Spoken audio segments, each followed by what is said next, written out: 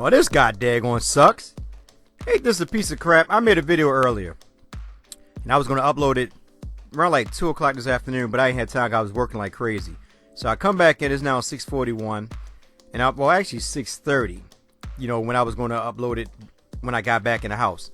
So I get in here. I'm about to upload it, and I notice I never recorded. Like, my freaking snowball cord was out of the device. And I'm sitting there wondering, like, what the hell's going on? Why my stuff is not, I don't hear no sound. So I'm out here looking all around, like, what the heck? So I went to, the settings, whatever. But anyway, look, screw it. All right, I don't want to make this video long. I'm just going to get right to the point. At the end of the day, I want to talk about that Charlotte game. First, I love it. Yeah, we lost, but I love it. I'm going to tell you why I love it. Because finally, as I've been saying for so long, the Lakers need playing. They need more minutes. I mean, simple as that. I said they need more minutes, so that way we can really get to see, what's going on with our boys. And eventually, they gave them more minutes, and I'm happy about that. I'm very excited. But I want to state one thing before I go on my man Julius Randle. Now, since Lou Williams been traded, and matter of fact, the game before Lou Williams was traded, the last game we played with Phoenix, I want to just bring up a couple stats to some of you guys who still kind of like, beat down D'Angelo Russell. I told y'all, at the end of the day, it's because the guy's not getting no minutes. So, the last 4 games, and I'm going to go back to the Phoenix game. We lost that game. He played 28 minutes. The game against OKC played 36 minutes. Against the San Antonio Spurs, 29 minutes. And Charlotte, 36 minutes. Okay, then we go for the score. Against Phoenix, he had 21 points. Then he had 29 against OKC. He had 18 against the Spurs and 23 against the Charlotte Hornets. I keep telling you guys over and over again, yeah, sometimes he seems like he's not with it. He's a young kid, man. You got to understand this. And, that's the whole point of the growing pains of coming into the NBA. You're expecting to be that man, and you're not giving the flame yet. You're not giving the torch, per se, to take over the team, So you're playing according to the system that he's put in. And the system is Luke Walton wants him to be passer first, shooter second. Then he come back telling him he want to be a shooter, then a passer, and let Julius Randle bring the ball down. So it's almost a similar thing that Byron Scott was dealing with from last year. But anyway, these last 4 games, he did pretty good. And I was so happy with Luke Walton. I hope this is not how he's going to do the rotation next year, because I still wanted to see more Ivica Zubac, but I didn't really get to see much of him. But I was happy in the sense that he finally let these young brothers play.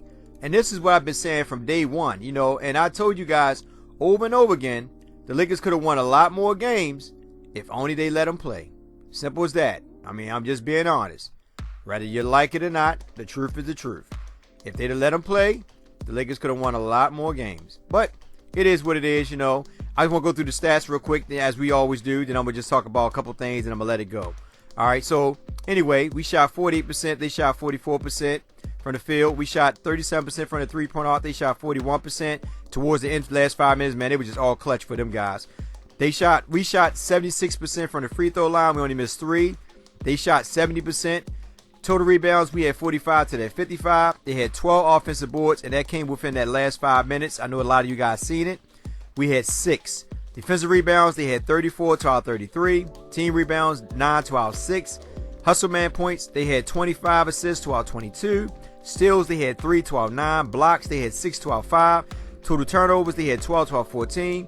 Points in the paint, points off turnover, they had 18 to our 8. Fast break points, they had 5, we had 22. Points in the paint, we dominated. They had 30, we had 56. And personal fouls, they had 11, we had 23. One of the biggest things is Julius Randle. Julius Randle, I was talking about, yeah, he had a good game. I'm not going to knock what he had, because he had a hell of a game. And they used Julius Randle, like I've been saying from day one, down low. Julius Randle is a much better player down low. You got to play him according to their strength. Remember, the guy's still young. Over the course of years, he's going to wind up getting a consistent jump shot. But right now, he's more physical down low. The only problem I had with Julius Randle is, like, now offensive rebounds, he's pretty good putting his, grabbing his offensive rebounds and putting them back in. But as a player shooting a jumper and all that, we're kind of hurting on that part. And that's one thing I would like to see Julius Randle work more on, offensive boards, because that, one thing about our team, like right now, Tar Black and Robinson are probably our best offensive rebounders to me. Robinson don't get that much playing time, and I was hoping that he'd get some playing time in this game. He didn't get no playing time, none at all. Matter of fact, I don't even know if he was on the roster, but he didn't get none. And I'm kind of like upset because here it is, like you got Enos, and I know a lot of guys say, well, we need a backup. We got Jordan Clarkson, and then you got the dude David Nwaba. He was brought in from the D League on a 10-day contract after they waived Jose Calderon. This was actually supposed to be discussed a week ago. Jose, they came to agreement. Jose wanted to be let go, and Charlotte and Golden State were interested. I don't know if any of them picked him up, but it was kind of good. He's a real humble dude, and he was very understandable. And I knew that they only got Jose Calderon only on the strength that they wanted those 2 draft picks. That he was just brought over. He just brought in just to be brought in. But Julius Randle, he had a monster game. He had 18 rebounds. He had 6 assists, 3 steals, 2 blocks, 23 points. But he played 34 minutes, and he played down low. His type of game. Brandon Ingram, I'm going to say it, and I'm going to say it again. He's still a rookie. I think that Brandon should only get like 32 minutes. As you notice that the Russells and Randall's minutes went up, but so did Brandon Ingram. His minutes increased even more. Like they real big and high on Brandon Ingram. Like they really trying to get something out of him or something. Because he playing 42 minutes and he didn't really do too much. He played pretty good defense, but he looked like he looked back when he first started. And I think that Larry Nance should have got more time from that. And also Zubac should have basically got more time from Brandon Ingram. They should have basically like rotated Zubac and Larry Nance in there with Brandon Ingram. Get Brandon Ingram like 30-something minutes, but also at the same time let Larry Nance and Zubac get some more touches. Tara Black, he's still young. Tara Black, what, I think 25? So, Tara Black, to be honest with you, I wouldn't have given Tara Black that many minutes neither. 14 minutes ain't that much, but I'm not gonna sit here and cry about it. They're in tank mode. It's fun to watch, but I think at the end of the day that Zubac should get more minutes. They really, we listen. We're losing games, so there's no point of Zubac only getting 8 minutes. That's what I'm saying. We're gonna lose anyway, so might as well just go ahead and let Zubac start over Tara Black. Get a young guy an opportunity to start. Let him get some more touches, some more minutes, so we can see what we got. Because there's no guarantee that we might get somebody next year. So you got to look at this year and say, okay, well, what do we got going into the next season? And that's my biggest problem. It's like, okay, let these guys play. So I'm happy to give Randle minutes. I'm definitely happy to give Russell minutes. And Russell looking good with his minutes. Nick Young, I'm going to give him 30 minutes because at the end of the day, we don't know if Nick Young is considered in the plans. If he is, I still want to give him 30 minutes. Nick Young is more to me, like I don't mind him starting right now.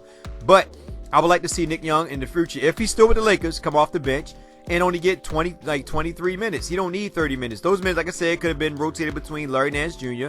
and Zubac. And in the last 5 minutes, they went with Julius Randle at the center spot. Once again, I don't like Julius Randle playing center. He's good at rebounding on a defensive rebound, but offensive rebound, he had 4. But my thing at the end of the day, most of the 4 came back from putbacks of him putting the ball back in from his missed shots and stuff like that. But I like to see Larry Nance at the center spot. If you want to go small, Luke, put Larry Nance at center, Julius at the power forward, Brandon at small forward, Russell and Jordan Clarkson. Do that, and Zubac can come in. Zubac can actually start, but then when they go small ball, that's the lineup that I will have. But anyway, it was still a good game. We almost won it, and I was like, man, please don't win this game. But you know what? At the end of the day, it doesn't even matter to me because I'm not really big on the draft yet. This is a big class. This is a big draft class coming up this year. But, expectations are high. There's no guarantee that these guys are going to roll over and be pretty good. And sometimes it's always the 6 or 7 player that want to be in the best player. Well, 6 or 7 draft pick that want to be in a better player than the top 5. So it don't really matter to me because I feel like at the end of the day, we got a good squad. It's just that they got to be coached better. I'm simple as that. At the end of the day, that's how I look at it. Like I said, we could have won more games than we did this year. I still think we're going to win more games, but we could have won 30 games. And I'm still sticking to my theory. We should have won 30 games. But it was just the Lakers was badly coached. And that's how I look at it. But anyway, it was still a good game. Kudos to the Lakers, even though they didn't win it. But they fought, and I like it. I love it when I see Jordan Clarkson going to the basket. Yeah, I know Batum blocked Jordan Clarkson dunk. That was beautiful, though. That was a nice pass by Julius to Jordan Clarkson, just that Batum took it away. But I like it. But another big thing is that, the three-point shots. My gosh. Nick Young, that's all he does is shoot threes.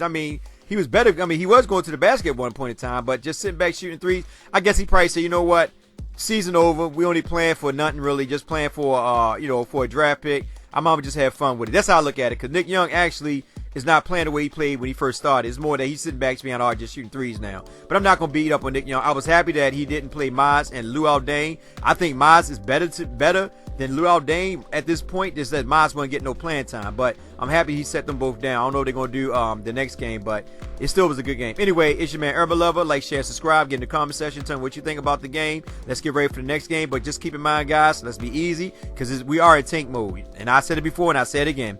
Magic Johnson, he believes in the tank. If you don't believe me, go back and look at some of his Twitter tweets 2 years ago when D'Angelo Russell came, where he was saying the Lakers should just lose every game and just go to try to get a top draft pick so that way they can get a superstar. That's Magic's theory. So I know if Magic's in control, he's probably telling Lou Walton them tank. So Lou Walton is just basically looking up the Magic. Magic basically controlled his team. And if you don't want to believe me, I'm gonna drop a video probably in a couple of days about that as well. Anyway, y'all guys take care, and most of all, please guys, be safe out there.